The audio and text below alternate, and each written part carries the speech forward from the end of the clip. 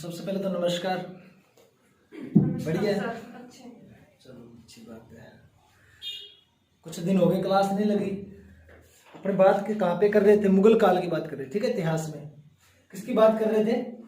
मुगल काल। मुगल काल की। अच्छा, मुगल काल की पहले ही क्लास में मैंने ये सारी चीजें बता दी, किस तरह से मुगल भारत में आए और किस तरह से बाबर ने भारत पर आक्रमण किए, कौन कौन से आक्रमण किए, ये बातें अपनी हो गई थी उस क्लास में। आज अपने क्या है कि बाबर ने जो भारत के अंदर जो युद्ध लड़े हैं उनकी बात करेंगे।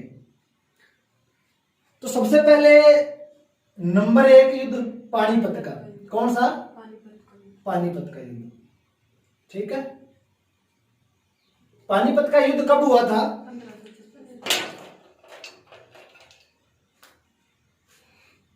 21 अप्रैल 1526 ईस्वी में। इस चीज के बारे में आपको पता होगा कि जब बाबर भारत में आया था तो उससे पहले क्या था कि दिल्ली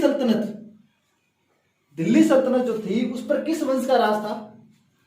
प्रियंका, किस वंश का राज था उस पर? लोधी वंश। कौन सा?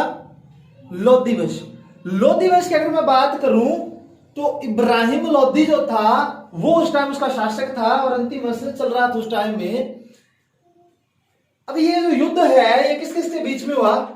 बाबर वर्सेस किसके बीच में? इब्राहिम लोधी के बीच में। पानीपत का जो मैदान है वो हरियाणा में है। कहां पर है? हरियाणा में है। अच्छा, इस युद्ध की अगर मैं बात करूं तो इस युद्ध में एक पद्धति अपनाई गई बाबर के द्वारा। उस पद्धति को नाम दिया गया, कौन सी पद्धति थी वो? तुलुगुमा युद्ध पद्धति। तुलुगुमा युद्ध पद्धति। अच्छा, ये पद्धति कैसी थी अगर इसके बारे में मैं बात करूं तो इसमें क्या था कि दुश्मन को चारों तरफ से घेर कर फिर मारा जाता था। दुश्मन को क्या है कि चारों तरफ से घेर लिया जाता था, फिर उसको मारा जाता था। मिटा दो एक बार मैं इसको, ठीक है? चल कोई बात नहीं, मैं बता दूंगा बाद में, ठीक है। अब देखो,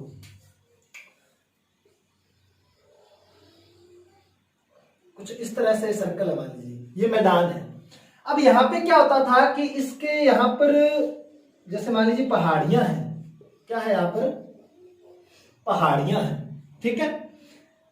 अब एक तरफ से तो वो बाबर आया, एक तरफ से तो कौन आया? बाबर आया। ये मान लीजिए कि बाबर की क्या है? सेना, ठीक है।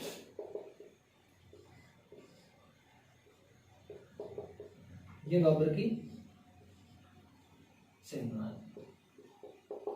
अच्छा, अब यहां पे बाबर मान लीजिए आप।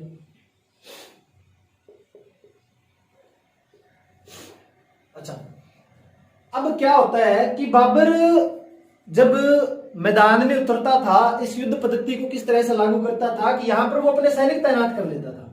क्या कर लेता था? सैनिक, कुछ सैनिक यहां पर, कुछ इधर और कुछ सेना। यानी कि हाथी के दांत दिखाने के और है और खाने के कुछ और है। यहां पे ये बात लागू हो रही है। अब बाबर ने क्या किया कि कुछ सेना अपने बिल्कुल सामने रख ली। अब यहां पे क्या है कि बाबर की तोफें लगी हुई है। क्या लगी हुई है? तोप। मैंने कहा कि बाबर ने तोफ का यूज किया था। वहीं पे बाजौर या बैरक के किले को जीतने के लिए उसके बाद में तोफों का यूज करने लग गया था। अब यहाँ पे क्या है? तोफ रखी गई और बीच में यहाँ पे खाई होती थी। क्या थी? खाई। यहाँ पे खाई थी। हुआ क्या कि इस तोप को पहले तो क्या है कि रस्सों से बांधा जाता था। किससे बांधा जाता था? भी रस्सों से बांध लिया जाता था। बट जब हम खानवा का युद्ध पढ़ेंगे तो वहां पर इसकी विपरीत स्थिति हो जाती है। वहां पे क्या होता है कि जो सांकड़ें होती हैं उनसे बांधा जाता है इसको, क्योंकि बाबर की सेना क्या है कि राणा सांगा से थोड़ी सी भयभीत थी। वो ये चीज सोचती थी कि राणा सांगा एक चौहान सूरवीर है और वो क्या है कि बहुत दहाड़ दहाड़ के मारेगा अपने को। गिरस्तों से काम चलने वाला नहीं है, सांकड़ों से बांधना ही पड़ेगा तोपों को। अच्छा, वहां पे तो वो बांधा गया, यहाँ पे रस्सों से बांधा होता इसको, ठीक है। यहाँ पे मोस्ट इंपॉर्टेंट चीज, दो चीजें मिलती हैं। जो बाबर के जो तोपची थे ना, उनका नाम अक्सर पूछ लिया जाता है कि उन तोपचियों का क्या नाम था, जो इस तोप पर क्या थे, रखे हुए थे, ठीक है। अच्छा, इसमें एक का तो नाम मिलता है उस्ताद मुस्तफा, क्या नाम मिलता है, उस्ताद मुस्तफा, ठीक है। और एक का नाम मिलता है अली कुली खान। इस तोप पर कौन था, अली कुली खान। ये तोपची थे किसके, बाबर के। अच्छा, अब ये सारी व्यवस्था हो चुकी है। इधर से कौन आया, इब्राहिम लोदी। लीजिए यहां पे अपना क्या आ गया, इब्राहिम लोदी। और इसकी सेना है इधर, मान लीजिए। इसको क्या पता था कि अब हाथी के दांत दिखाने के और खाने के अलग अलग हैं, इसने सेना तैनात कर रखी थी। अब जैसे ही युद्ध स्टार्ट हुआ तो इसको चारों तरफ से घेर लिया गया। किसको, इब्राहिम लोदी को चारों तरफ से घेर लिया गया। तो दिल्ली सल्तनत का ऐसा एकमात्र, या कहूं तो मैं प्रथम ही ऐसा शासक था जो युद्ध भूमि में मारा जाता है। कौन था वो, इब्राहिम लोदी। इब्राहिम लोदी इस युद्ध में क्या है, युद्ध भूमि में मारा गया। युद्ध भूमि में क्या हुआ, में मारा गया। और इस तरह से क्या हो जाता है कि भारत में मुगल साम्राज्य की क्या हो जाती है, नींव डल जाती है, ठीक है। तो इस युद्ध से भारत में मुगल साम्राज्य की क्या हुई, हाँ, नींव डल गई, ठीक है। मतलब जहां से मुगल साम्राज्य बिल्कुल ही स्टार्ट हो चुका था, वो कौन सा युद्ध था अपना, हरियाणा का पानीपत का युद्ध जो हुआ था वहां से, ठीक है। ये किसकी सेना है, बाबर की। और ये किसकी सेना है, इब्राहिम लोदी की। इस चित्र को थोड़ा सा बना लो ताकि आपकी चीजें याद रह जाएंगी, ठीक है। और यहाँ पे ये खाई है, ये चीज याद रखना, ये खाई है और ये तोप है, ये क्या है, तोप है, ठीक है। और ये तोपची है आपकी, हाँ बना लो, थोड़ा सा चित्र बना लो ताकि आपको चीजें याद रह जाए।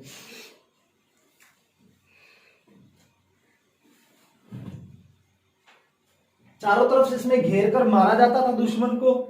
इस युद्ध पद्धति को क्या नाम दिया गया था, तुलुगुमा युद्ध पद्धति। इस पद्धति का क्या नाम था, यहां पे लिख देता हूं मैं, तुलुगुमा युद्ध पद्धति।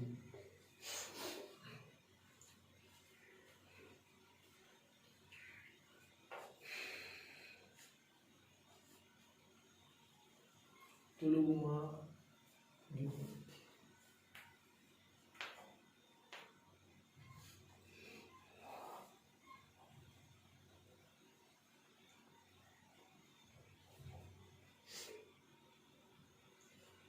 ये पानीपत का युद्ध की जो एग्जैक्ट डेट है ना, ये 21 अप्रैल में मिल जाती है, कहीं कहीं कोई 22 कोई 23 भी कह देता है। पर जो अपनी जो प्रमाणिक बुकें जो होती है ना, जैसे आरपीएससी है, जो एनसीईआरटी की जो बुकें हैं, उसमें अपने को 21 अप्रैल ही मिलता है, ठीक है। 21 अप्रैल एग्जैक्ट डेट है उनकी।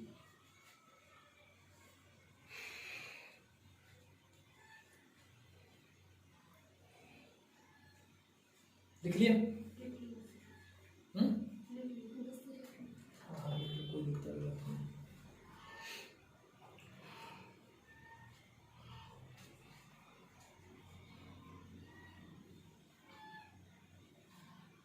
हार किसकी हुई है, हार हुई इब्राहिम लोदी की और युद्ध भूमि में मारा गया।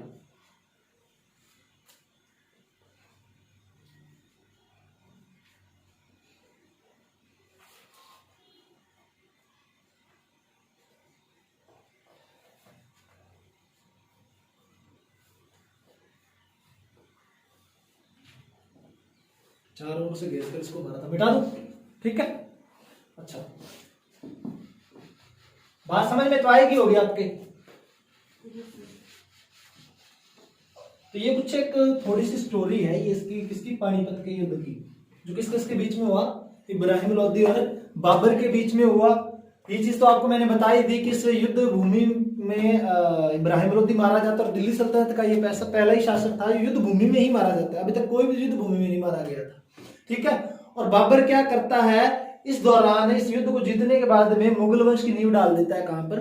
भारत के अंदर। ये चीज भी मैंने बता दी, ठीक है। अपने नंबर 2 युद्ध की बात करते हैं। युद्ध नंबर 2 कौन सा? खानवा का युद्ध।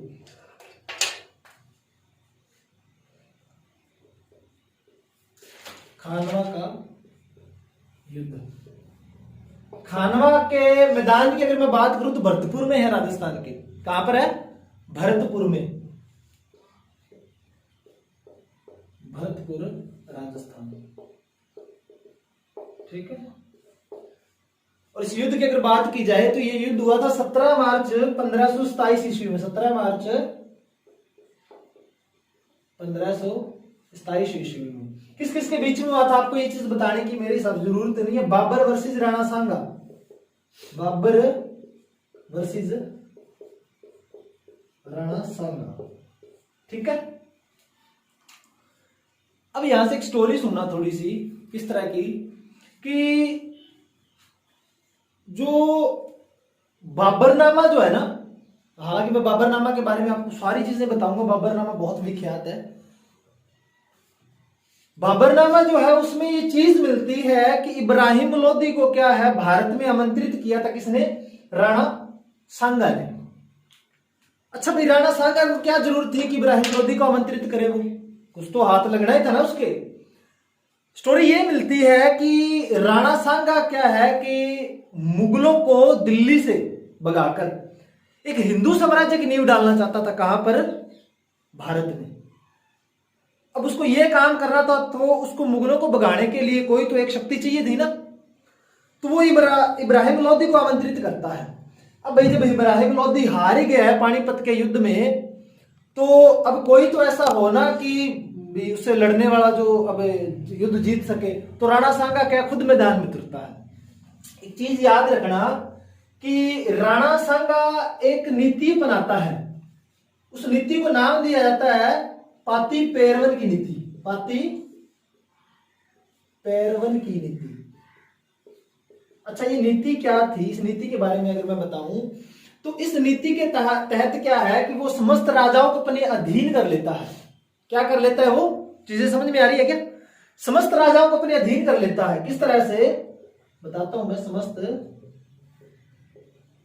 राजाओं को अपने अधीन करना, इस नीति के अनुसार अपने अधीन करना क्या कर देता है? वो प्रारंभ कर देता है अपने मतलब जो आस पड़ोस के जितने भी राजा थे उनको। सीक्वेंस वाइज मैं आपको बताऊंगा कि चंदेरी का राजा मैदेनी राय, चंदेरी का राजा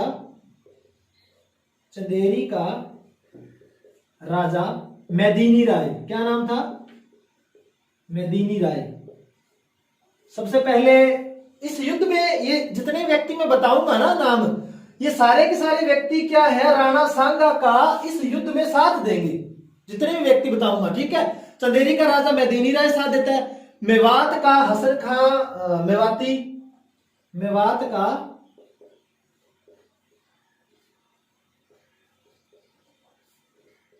हसन खां जो मेवाती है वो क्या करता है?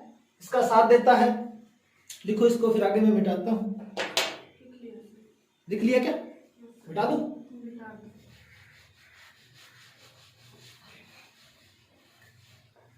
अच्छा, आमेर से पृथ्वीराज कछवाहा, आमेर से पृथ्वीराज कछवाहा जो है वो इसका साथ देता है, ठीक है। और इस पृथ्वीराज कछवाहा के बारे में एक चीज याद रखना आप कि जब ये घायल हो जाता है, कौन? राणा सांगा युद्ध में, इस खानवा के युद्ध में जब ये घायल हो जाता है तो ये पृथ्वीराज कछवाहा जो है इसको कालपी पहुंचाता है। कहां पे पहुंचाता है? कालपी पहुंचाता है। और कालपी उत्तर प्रदेश में है, ये चीज याद रखना। कहां पे है? हाँ, नहीं, कालपी उत्तर प्रदेश में है। अगर आपको डाउट है तो कोई बात नहीं, देख के वो बता देंगे आपको, ठीक है। हालांकि जहां तक मुझे मालूम है कालपी उत्तर प्रदेश, क्योंकि देखो जब ये घायल होता है तो इसको कालपी पहुंचाया जाता है और इसके पीछे से जो इसका जो सेनापति झाला अज्जा जो होता है वो मुकुट धारण कर लेता है और वही युद्ध में मारा भी जाता है वो व्यक्ति। ठीक है, कोई बात नहीं, लिखो आप कालपी। कालपी इसको पहुंचाया जाता है। ठीक है, युद्ध में घायल होने के बाद पहुंचाया। किसने पहुंचाया इसको? पृथ्वीराज कछवाहा ने। किसको युद्ध में घायल होने के बाद पहुंचाया था? राणा सांगा को। ठीक है, अच्छा, उसके बाद भी अपने को ये चीजें मिलती हैं कि मारवाड़ से मालदेव। मारवाड़ से कौन था? जिसने राजस्थान जीके पढ़ा उसको थोड़ी बहुत चीजें ये पता होंगी। मारवाड़ से मालदेव, और मालदेव के पिताजी का नाम याद रखना, वो भी इसके साथ शामिल थे। नाम मिलता है राव गंगा। क्या नाम मिलता है? राव गंगा। ठीक है, राव गंगा भी क्या है, इनके साथ यहां से शामिल होते हैं। और बीकानेर से कल्याणमल। बीकानेर से कौन? बीकानेर से कल्याणमल। आप व्यक्तियों के जब नाम सुनते जाओगे तो आप ये सोचोगे कि हार कैसे गया। ये भी बात थी। दो बताओ क्यों हारा, कैसे हारा। सादड़ी से झाला अज्जा। सादड़ी से कौन थे? सादड़ी से झाला अज्जा। झाला अज्जा के बारे में शायद तक मुझे बताने की जरूरत ही नहीं है। किसी युद्ध भूमि में जब ये क्या हो जाता है, घायल हो जाता है, तो इसका जो मुकुट है वो कौन धारण करता है? झाला अज्जा धारण करता है। ठीक है, लिख लेना ब्रैकेट में, कोई दिक्कत वाली बात नहीं है। अच्छा, गुजरात से भारमल शामिल होते हैं। गुजरात से कौन शामिल होता है? गुजरात से भारमल जी शामिल होते हैं। कौन शामिल होते हैं? भारमल जी शामिल होते हैं। सिरोही से अखेराज। सिरोही से कौन शामिल होता है? मिटा दो, हाँ लिख लो कोई दिक्कत नहीं। सिरोही से अखेराज जी शामिल होते हैं। और अफगान से कौन शामिल होता है? मोस्ट इंपॉर्टेंट चीज, इब्राहिम लोदी का भाई महमूद लोदी। ठीक है, लिखवा रहा हूं मैं सिरोही से। अब देखना, सिरोही से अखेराज जी शामिल होते हैं। सिरोही राजस्थान। ठीक है, सिरोही से अखेराज, ठीक है, शामिल हुए। और अगर मैं बात करूं अफगान से, तो इब्राहिम लोदी का भाई, अफगान से इब्राहिम लोदी का भाई शामिल हुआ था, महमूद लोदी। अब ये सारे के सारे व्यक्ति क्या है, साथ दे रहे हैं राणा सांगा का खानवा के युद्ध में। किसके युद्ध में? खानवा के युद्ध में। ठीक है, नोट में लिख लेना आप। इन सभी ने राणा सांगा का साथ दिया खानवा युद्ध में। कौन से युद्ध में? खानवा युद्ध में। ठीक है, इस युद्ध की अपने बात कर रहे हैं। अब ये सारे के सारे साथ दे रहे हैं। ठीक है, एक चीज और मिलती है कि गुजरात के कुछ ब्राह्मण परिवार थे, वो भी शामिल थे इसमें। हालांकि आप लिखना चाहो तो कोई दिक्कत वाली बात नहीं है। गुजरात के कुछ ब्राह्मण परिवार भी इसमें शामिल थे राणा सांगा के साथ। ठीक है, अच्छा, अब अपन बात करते हैं जहां से मेन चीजें मिलती हैं। मिटा दूं? अच्छा, इस युद्ध की बात की जाए, 16 मार्च भी मिलता है, 17 मार्च भी मिलता है। इस चीज में आपको कोई कंफ्यूजन नहीं होनी चाहिए। आपको सारी चीजें, खानवा के युद्ध के बारे में आपको सारी चीजें पता होनी चाहिए।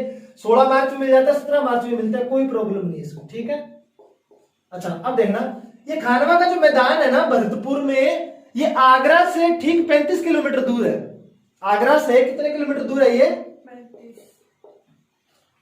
आगरा से ठीक 35 किलोमीटर लगभग है, मतलब कोई दिक्कत वाली बात नहीं, 35 किलोमीटर दूर है ये चीज मतलब एक नॉर्मल आपको पता होनी चाहिए। अच्छा, अब बात करते हैं खानवा के युद्ध की। अब बाबर की जो सेना थी उसके अंदर क्या है कि राणा सांगा को लेकर और उसकी इतनी विशाल सेना को लेकर क्या है, एक भय था। भय क्या था कि भाई अगर हम इन चौहानों के सामने गए तो हम तो मारे गए। और बाबर एक ऐसा व्यक्ति था जो खूब शराब पीता था, नशे में उसका क्या है कि सारा दिन निकल जाता था। बाबर की सेना क्या कहती थी बाबर को, रे बाबर ये मरवाएगा तू, कहाँ पे वो सांगा, कहाँ पे हम, मरवाएगा तू हमें जिंदा नहीं छुड़वाएगा। अब बाबर को ये चीज पता थी कि अगर इसकी सेना इतनी भयावह तरीके से भय में है तो युद्ध नहीं जीता जा सकता। बाबर चाल चलता है, एक नीति चलता है, वो क्या है कि जो अपने शराब के जो बर्तन हैं वो शराब के बर्तन क्या कर देता है, वो तोड़ देता है। उसने शराब के बर्तन तोड़ दिए और कसम खाई कि मैं आज के बाद शराब नहीं पीऊंगा, मैं आज के बाद क्या नहीं करूंगा, शराब नहीं पीऊंगा, शराब को टच तकात नहीं करूंगा। और उसने ये कहा कि ये एक धर्म का युद्ध है, मोस्ट इंपॉर्टेंट चीज, उसने जिहाद का नारा दिया। किसका नारा दिया? इस युद्ध में ये मोस्ट इंपॉर्टेंट चीजें पूछी जाती हैं कि इस युद्ध में बाबर ने किसका नारा दिया? जिहाद का नारा दिया। जिहाद का नारा दिया, इसका मतलब यह था कि इस युद्ध को धर्म का युद्ध करार दिया। इस युद्ध को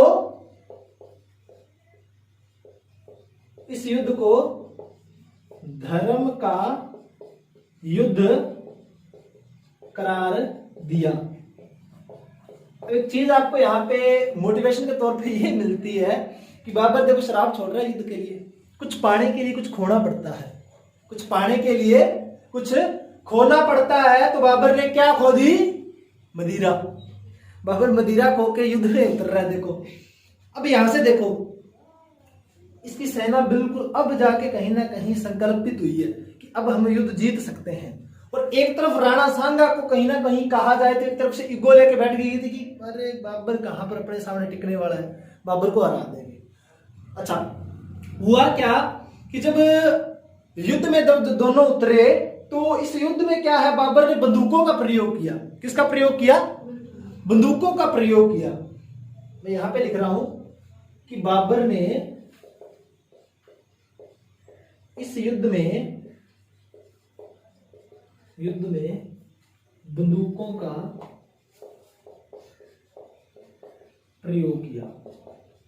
अब भाई कहा जाता है कि राणा सांगा हाथी पर आए, उनकी ये गलती थी, ये चीजें मेंशन नहीं करती। आपका जब तक क्या है कि अट्रैक्शन सही ना होगा ना किसी चीज के प्रति, आपका एम सही नहीं होगा तो आप गलत रास्ते पे जाओगे।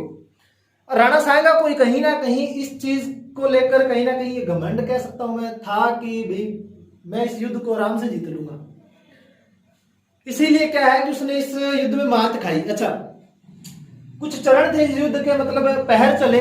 अंतिम पहर में यानी अंतिम चरण में क्या है, राणा सांगा की हार होती है। पूछ लिया जाता है कौन से चरण में हार हुई, तो अंतिम चरण में राणा सांगा की क्या हुई कि हार हुई। अंतिम चरण में क्या हुई, राणा सांगा की क्या हुई, हार हुई। स्टोरियां बहुत होती है इतिहास में, स्टोरी जुड़ती है तभी तो इतिहास बन जाता है। अब यहां से स्टोरी निकलेगी, बिठा दो चीजें समझ में आ गई, लिख ली क्या आपने? अब देखना, राणा सांगा की पत्नी का नाम था कर्मावती। क्या नाम था? कर्मावती। अब ये जो कर्मावती जो थी ना, अब बाबर क्या करता है कि इस जब मतलब राणा सांगा को हरा दिया तो ये कर्मावती से मिलता है। किससे मिलता है? कर्मावती से मिलता है। और जब ये कर्मावती से मिलता है तो इसको क्या है कि अपनी पुत्री कहकर पुकारता है। किसको? कर्मावती को। राणा सांगा की पत्नी कर्मावती को अपनी पुत्री कहकर पुकारता है। कौन पुकारता है? बाबर। अब स्टोरी ये है कि जब बाबर उसको पुत्री कहकर पुकारता है तो बाबर का जो पुत्र होगा उसकी कर्मावती क्या हो जाएगी? बहन हो जाएगी। हुमायूं की मतलब बहन है। स्टोरी जब अपने आगे लेके चलेंगे, जब हुमायूं को पढ़ेंगे तो ये चीज याद रखना कि जब टाइम आएगा गुजरात अभियान का, वो मैं बताऊंगा किस तरह से था। जब वहां पे जब हुमायूं जाता है तो वहां से गुजर रहा होता है, तो कर्मावती चिट्ठी भेजती है हुमायूं को, सुनी होगी आपने स्टोरी।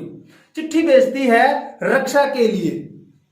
कहते हैं कि हुमायूं थोड़ा सा लेट हो जाता है बट पहुंचता जरूर है। क्यों पहुंचता है? क्योंकि उसने राखी भेजी थी। राखी क्यों भेजी थी? कारण पूछा जाता है। राखी इसीलिए भेजी थी कि खानवा के युद्ध में जो राणा सांगा की पत्नी कर्मावती को बाबर ने अपनी पुत्री कहकर पुकारा था। याद रह जाएगी चीजें, ठीक है। अच्छा, तो मैं ये चीज लिख देता हूं नोट लगा के आपके लिए कि इस युद्ध में बाबर राणा सांगा की पत्नी कर्मावती से मिला और उसको अपने हिंदू पुत्री कहकर पुकारता है। क्या? हिंदू पुत्री कहकर पुकारा। अब इसकी पुत्री होगी तो हुमायूं की बहन होगी। ये ऐसे ही स्टोरी में आपको बताने की कोशिश कर रहा था, ठीक है। ये आपको पता चल गया कि बाबर ने इस युद्ध से पूर्व शराब की बोतलें तोड़ी या बर्तन तोड़ दिए, जिहाद का नारा दिया, ठीक है, और इसको धर्म का युद्ध करार दिया, ठीक है। और बाबर ने काम और किया था इस युद्ध से पूर्व। क्या है कि अब सैनिकों को राजी करना था, तो सैनिकों के लिए तो सारे काम करने थे ना। अब बाबर ने क्या किया कि एक कर था व्यापारी कर, तमगा कर के नाम से जाना जाता था। व्यापारी कर कौन सा था? तमगा कर था। उस तमगा कर को क्या कर दिया उसने? समाप्त कर दिया। किसने? बाबर ने। ये स्टोरी मिलती, बहुत ही अच्छी स्टोरी मिलती है कि तमगा कर समाप्त किया बाबर ने। ये सैनिकों से लिया जाता था, ठीक है। सैनिकों से लिया जाने वाला क्या था? ये वाला व्यापारिक कर। कौन सा? व्यापारिक कर, ठीक है। ये सैनिकों से व्यापारिक कर लिया जाता था। मैंने अलाउद्दीन खिलजी के टाइम एक चीज बताई थी, अगर किसी ने क्लास लगाई तो याद होगी। मैंने वहां पर खराज नामक कर बताए थे, वो चीजें आपको याद होगी, ठीक है। उसी तरह से ये था। अच्छा, सैनिकों से ये लिया जाता था और ये इसने माफ कर दिया था। कितने काम किए उसने? तमगा कर माफ कर दिया, शराब की बोतलें तोड़ दी, शराब पीना छोड़ दिया उसने, फिर उसने धर्म का युद्ध करार दिया और सेना के साथ हो लिया, ठीक है। तो ये था अपना क्या? खानवा का युद्ध। इसमें हार किसकी हुई? राणा सांगा की हार हुई, ठीक है। तो आप इसको नोट कर लो, फिर आगे चलते हैं। क्या हो गया?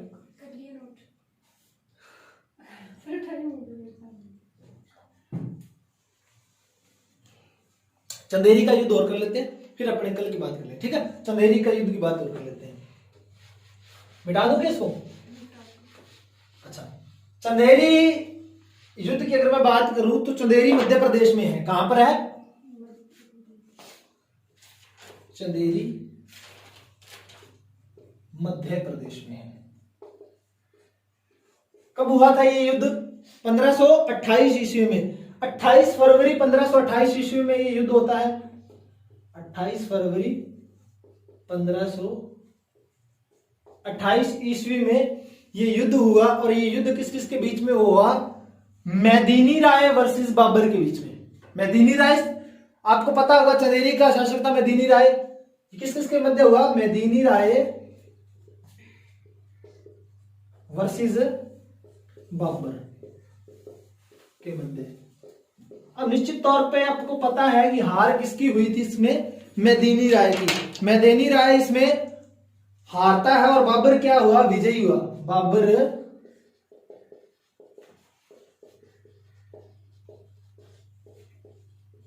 विजयी हुआ।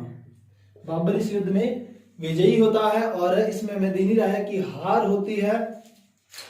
एक बात आपको मैं सीधी सीधी बता देता हूं, अगर आप लिखना चाहो तो लिख सकते हो इस युद्ध के बारे में। कहा जाता है कि इस युद्ध में बाबर ने इतनी भयंकर मारकाट की थी कि जो राजपूत जो थे सैनिक, उनके सिर काटकर उसने क्या है, मीनार चुनवा दी थी।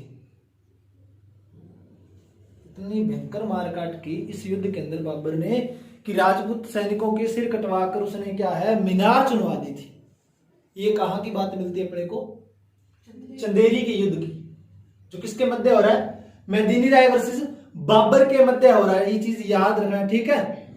और कहा जाता है कि इस युद्ध से पूर्व भी बाबर ने किसका नारा दिया था, जिहाद का नारा दिया था। ये चीज आप लिख लेना कि नोट लगा के, इस युद्ध से पूर्व भी, इस युद्ध से पूर्व भी बाबर ने